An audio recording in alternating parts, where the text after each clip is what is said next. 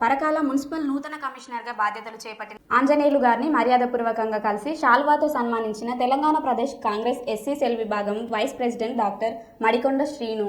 Congress party Parakala పట్టణ సమన్వయ committee సభ్యులు, 1వ వార్డు మాజీ కౌన్సిలర్ మడికొండ సంపత్ కుమార్, బీఆర్ఎస్ మాజీ కౌన్సిలర్ దామెర ముగిలి, బీజేపీ మాజీ కౌన్సిలర్ పూర్ణచారి, కాంగ్రెస్ పార్టీ జిల్లా నాయకులు బొచ్చు భాస్కర్, యూత్ కాంగ్రెస్ పరకాల మండలం ప్రధాన కార్యదర్శి సిలివేరు రాఘవ, నాయకులు బొజ్జం సాయి తదితరులు పాల్గొన్నారు.